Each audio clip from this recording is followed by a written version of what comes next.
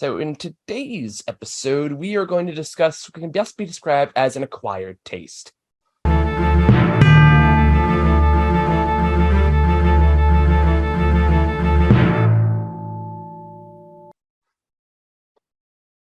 All right, so right off the bat, this is not Mad Max. So, if you're going in there expecting Mad Max, you're going to be very disappointed. Well, if any cinephile really looks over George Miller's filmography, they'll Yeah, see how eclectic it really is. I agree. I completely agree. It's Uh, not just Mad Max. That may be what he's most known for, but he's one of those directors, and I'm stealing this quote from Chris Stuckman's review of this movie. He's a director who can do whatever the fuck he wants. Pretty much, yeah. And I have a huge amount of respect for that. So like, I mean, this guy is like, yeah, I'll do the Mad Max movies. On top of that, I'm just gonna do a movie about dancing penguins, and yeah, there's And a also talking pig. was that And a talking pig. and a talking pig that's in a hotel with other animals. Why not? Yeah. Sure. But anyway, so this is 3,000 years of longing. I'm actually very curious what your thoughts on this one, because I was honestly very deeply fascinated by this film. I was Um, curious what your reaction was going to be as well. So when I first saw the trailer for this, I I was of two schools of thought and reaction. One, excitement, yay, an original story. yeah, with George Miller, yep. Uh, and and the other, after watching that trailer, I still don't know what this is about. Fair. It definitely, I feel like the trailer is a bit of false advertising for what the movie actually is, because it Yes. does play it up as this more bombastic, very surreal kind of adventure film. It's not that. If anything, the movie's actually very small when you actually look at like in the broad strokes. Um, If the oh if god, you are a fan of stories and the tradition of storytelling, then this is a movie for you. like this movie triggered some very complex emotions in me. I will be completely honest. That the more it was one of those movies, the more I thought about it, the more I loved it. And this is probably in my personal top 10, but I do acknowledge right out Okay. of the forefront that it is definitely not for everybody. It is like this is definitely a case where like I can see this movie kind of has mixed reviews, and I can definitely see why. But it's very like I could see this definitely reaching cult status in a few years. It feels like one of those Oh kind of yeah. movies. It feels, with the way it's paced, it goes by rather briskly and naturally. And I could uh, see this also being a cult classic in a few years' time. It's a movie that definitely benefits from multiple watches. Hmm. Yeah, and the way it's written and the way it's portrayed does definitely capture these very interesting ideas, and again, very surreal environments. How it just kind of meshes like these almost kind of random magical elements into it, kind of at random. Never gives them a proper explanation. They just exist in this world. It's like, yeah, this is the guitar could just do that. So, Yeah, I'm down for it. I I enjoyed was that totally down for sequence. it. But overall, really does boil down to the dynamic between Tilda Swinton and Idris Elba's character. Now just a Which, brief. Oh yeah, to go ahead. Before we get into all the nitty gritty, I feel like we do need to give a general overview of this movie, because again, the trailer does not really tell you what the movie is about. So I feel like before we can really discuss how all the elements play together, and I think it's definitely a worthy discussion to have because I have a lot to say about it. Um, yes. I think we definitely need to, at the very least, set the groundwork. Like, okay, here's what the movie's actually about. Um, So the trailer is correctly leading in the sense that Tilda Swinton is a scholar uh, who finds a bottle and is in Istanbul, and a genie comes out when she's a cleaning genie. it. Uh, That that much in the trailer is accurate. yes. The trailer doesn't tell you is that like at least half of the movie takes place in this hotel room, with Tilda Swinton and the Jinn, played by Idris Elba. And basically, a good chunk of the story is just Idris Elba telling her the stories of how he ended up in these bottles, which spans over the course of 3,000 years. And usually it comes into three separate stories, each one of the kind of a very specific theme that I was kind of thinking about catching on later. That all kind of frame around. Again, we'll talk more about this when we get to the nitty gritty of it, but just to set up the baseline of it now. Like the first story is about how he was usually a Frisian who basically was a counselor for Sheba, who was seduced by King Solomon, and in the process was tricked into being a bottle and thrown over. By the way, we're going with slight spoilers here. But even the spoilers I'm going to give aren't going to do the full movie justice, so it's still worth seeking out anyway. Because this movie takes turns that you don't necessarily expect, but they all feel very natural. It does. I had initial like conflict on like how the twist, not necessarily the twist, but how things developed towards the third act of the film until I started thinking about it more. I was like, oh, okay, now I get it. And we'll talk about that when we get into full spoilers. Mm-hmm. But for now, for the sake of setup, and then which we jump to like a couple of 1,000 years later, where it's like kind of like its whole dynasty thing with these like this little boy who becomes a sultan who basically turns into a warlord. And that progresses how it's going to progress, and then it falls into like him falling into the hands of this brilliant woman who was married off at 12, but she turns out to be like basically the next Leonardo da Vinci. Yes. And just uncredited because sexism. Yes. But all of this basically culminates as to basically convincing Tilda Swinton's character, who is extremely skeptical for good reason, considering the hundreds of years we have of Jinn stories and how they all end up bad, which they explicitly point out in the narrative. And she's very smart, very attentive to the details of those stories, and she's at a point in her life where she thinks, and we the audience think, that she wants for nothing. See, I'm not even sure, like, say the audience thinks that, because they make it pretty clear right at the get-go that it's just she's kind of lying to herself, but we'll talk more about that later. I do have a very, very slight issue with that, but that's more my personal biases, more than the movie's fault. So right off the bat, I'm going to make that disclaimer. Yeah, so basically it's all just to convince her to finally make some wishes so the Jinn can be free, because that's what he ultimately wants, and convincing her that he doesn't have bad intentions. That's what the point of this whole story plot is. That's like over half the movie. But it doesn't feel bogged down or slow or drag at all. And that's not a criticism against the movie. Let me just be clear on that. It all works very, very well. And the narrative purpose behind it and why it leads to the wish she ultimately ends up making is very poignant. And I do want, like, again, I have a shocking amount to say about this. I was not sure I am rambling today because I am also sleep deprived. So I apologize in advance. I do want to chime in on one quick thing. Go for it.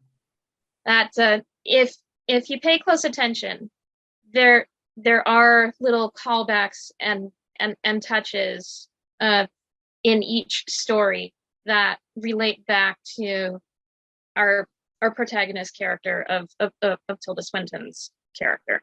Mm-hmm. Just very subtle quirks that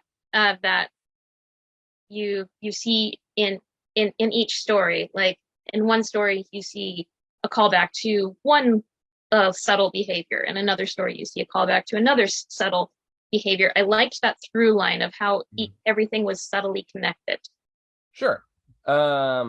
Yeah, you probably got more of those than I do. I fully acknowledge. But all of it kind of ties together to this third act, which is honestly pretty quiet and kind of simple, despite like what is clearly a very ambitious product.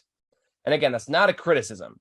It's more just a subversion of expectations. And I think for the most part, it works. But I also acknowledge that this kind of storytelling format and this kind of way of telling it almost like a fable-like structure is definitely not going to be everyone's cup of tea. I've always loved fairy tales, so this was definitely for me, And me too. Like as I walked away, like I was very thoroughly captivated, like from beginning to end of this thing. So like this is exactly my kind of film. Yes. But I also could tell just again, just like it, I feel like it does kind of drag a bit in the third act. I think it relies a little too much on like slow fade outs, which can make it like cuts at the pace a little bit. Like, but those are all like super nitpicky complaints, and they don't interfere with the overall narrative and structure and overall purpose, I believe, of the film. And all of those I do think teach a important lesson and really stirred up some, I guess, for lack of a better term, traumas in my own life. So I think it succeeds exactly what it wants to do. I think it is a very unique story that we don't get to see very often in film. And Yes, especially lately. I'm glad that George Miller was definitely given free reign to approach this however he damn well pleased. Yes. I feel like that's the most I can say without going to spoilers.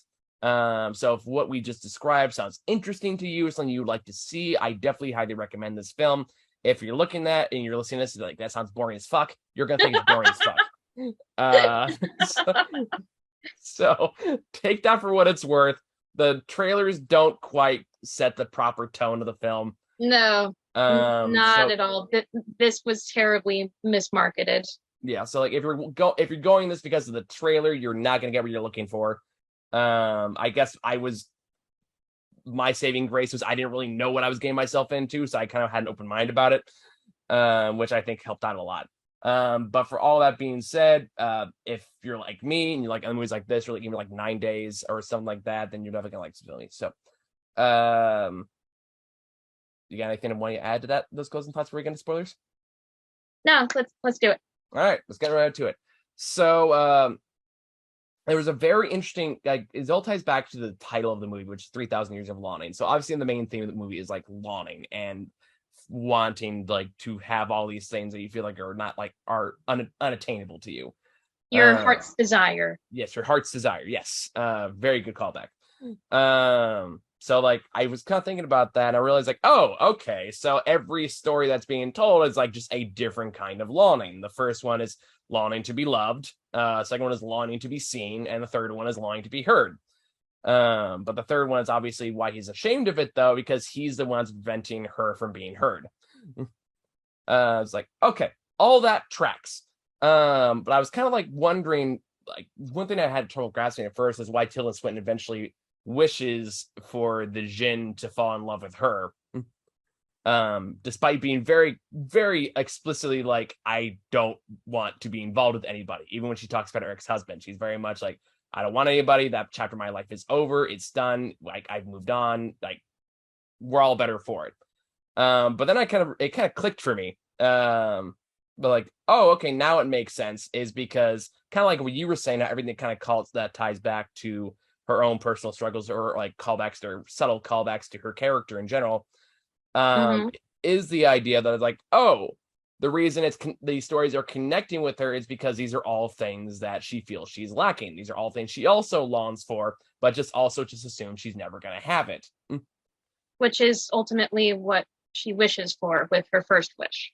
And she sees in the Jinn as a kindred spirit in that he wants it too, but in similar position also is incapable of having it.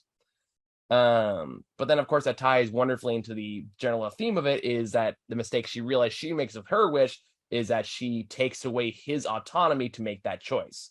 Yes. And she says very accurately and eloquently, when you ask for love, you prevent it from being offered to you. Yes. So I really thought the way that was executed was really beautifully done. Very smart too. Very, very smartly written script, very tight script, and how it presents these fables and all the visuals within them, in a very George Miller way. This feels like a passion project, which I always like. Every time like George Miller movies come out, they feel like an event, even if it's one of his like, what the fuck was happening here kind of movies. I will admit that I'm not a big Pig in the City fan, but I understand its place in existence. I remember honestly, I have a much bigger respect for Happy Feet than I did when I was a kid.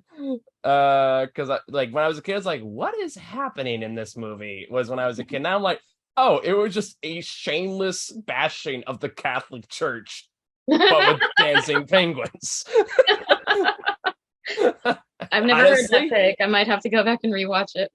Oh yeah, it's kind of it is not kind of it is bad shit when you look back on it. It's like, oh, he chose a movie about dancing penguins as a critique of the like. You can even probably make an argument of like the heteronormative standards of the Catholic faith, uh, in a lot of ways. So it's actually kind of fascinating looking back on it. I don't know if I'd still say it's one of his best films, but it's very least it's interesting. Um, And this is an interesting one too. Maybe this is, in addition to being a passion project, this is his critique on the state of modern storytelling. I could see that. I don't know. This felt more personal to me than that. Mm-hmm. Because very much it's not just critique and storytelling, because it makes a point of emphasizing that both like science and mythology are important in their own ways. Yes. It's not necessarily bashing any particular way of storytelling so much as that we still need it. Kind of the very much that oh god, what's the name of that author who had the great quote about fantasy being necessary?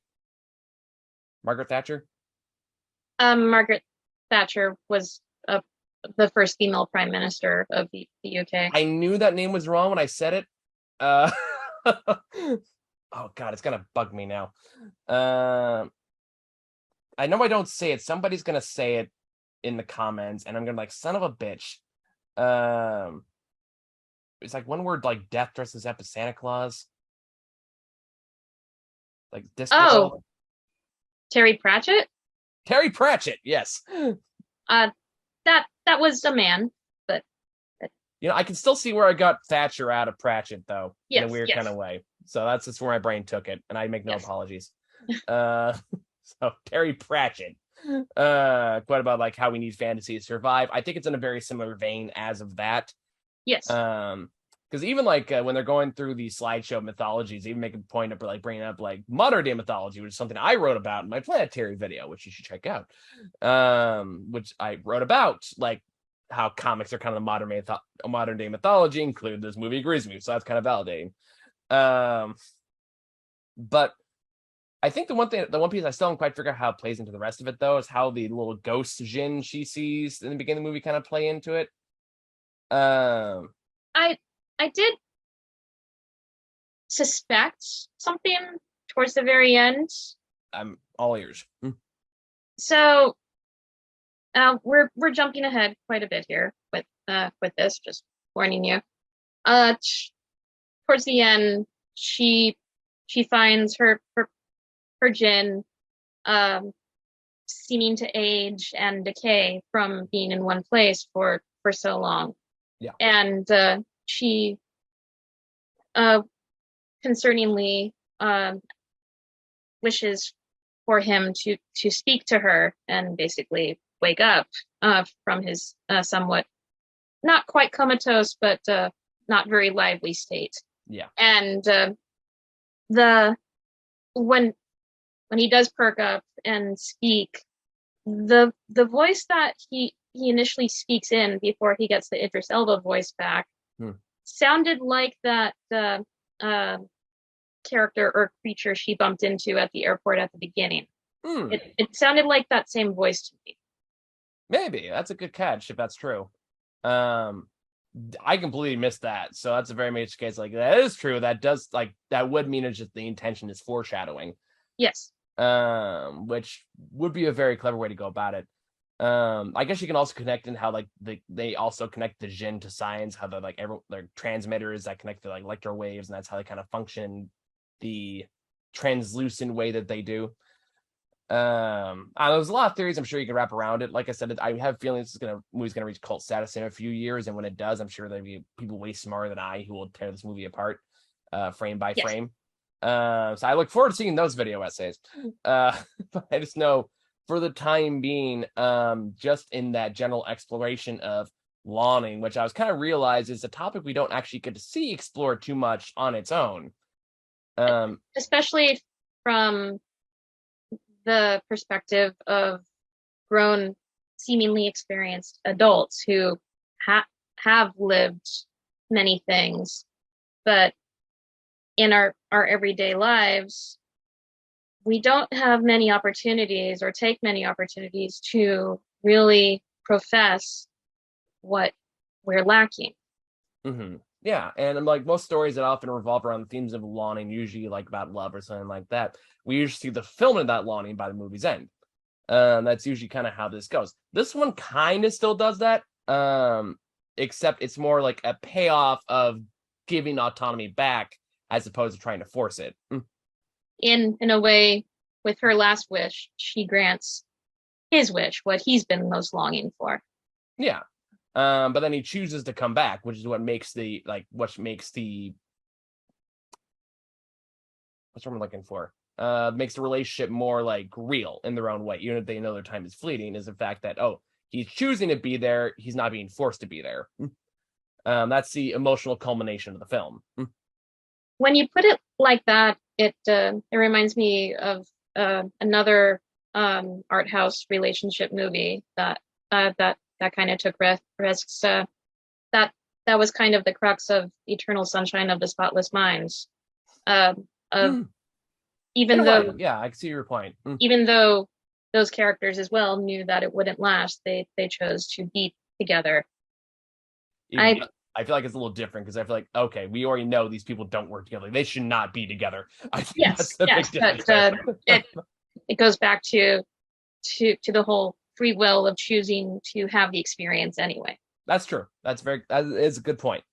I feel like the tone, obviously the tone, the themes are different for both movies, but I do get your point. I do see kind of how they relate.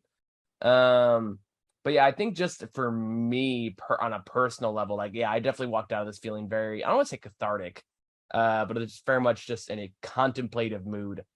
Yeah, I walked out of it with the initial reaction of, okay, I'm gonna have to ponder this for a while. I'm gonna have to see this again. Yeah, I think it was definitely one of the movies. But the more I sat with it, the more I thought about it, the more I was like, okay, like I get what they were doing now. I really fucking love this movie. Yeah. It's also one of the best I've seen this year. I agree. So most likely to be on my list at my top 10 list this year. I don't know where. Honestly, I need some more bad movies because I feel like I've missed a lot of the worst ones this year. So that's gonna be a journey towards December, but I'm gonna worry about that then. Yeah. But yeah, I don't really have a lot else to say about it. Just more I it felt like for me kind of a profound experience. I feel like I need to do a shout out to the cinematography and sound design in this. Hearing the score and the effects in the theater really immersed me in the experience of being sucked into this story, and I appreciated the different color palettes from one story to the next, and then going back to the hotel room where things are not necessarily brighter, but plainer and more generic. That's more of how we define what a normal environment looks like. Yes. By our modern cultural standards. Yes. It was a sharp contrast. It does kind of feel like an indie script that somehow got a big Hollywood budget, and I don't quite know. I guess George. I don't mind that. Neither do I. I don't mind it at all. I don't think it's gonna make its money back. No, which kind of goes back to the terrible mismarketing of it. It's one of George Miller's lowest opening films in his career, unfortunately. Yeah, that's the case. Working the Furiosa movie, I'm sure that'll make gangbusters money. Yes. So he'll be fine. He'll be fine. Yes. George Miller's not going anywhere. Yay. But anywho, either way, I'm still glad this movie got made. I'm glad it got made as the way it did, even though they had no idea how to market it. Agreed. And I'm looking forward to when it comes out so I can watch it again. So, yes. Yeah, you got anything else? That about sums it up. I could keep praising it, but that would probably take us around in circles. Probably, yeah. I know it did inspire a script I just started working on yesterday, so that'll be fun. Kudos. Yeah. So look forward to actually getting those out again because it's been a while since we released a new one. We'll talk more about that when we actually get close to Scott Pilgrim being done. In the meantime, I think it's all we have. The only movie I know that's out right now that we have to see to some extent is the Invitation, not the Reservation. The Invitation, which is the vampire movie. Yeah, I've seen that trailer a few times. I think I will pass on that for now. I might check it out down the line. That's fine. Don't feel pressured. I'm sure I'll drag somebody to it. I'll just go watch it myself. It can't be worse than Easter Sunday. So other than that, guys, I'm just kind of rambling now. So I'm just gonna wrap up here. Thank you all so much for watching. See y'all later.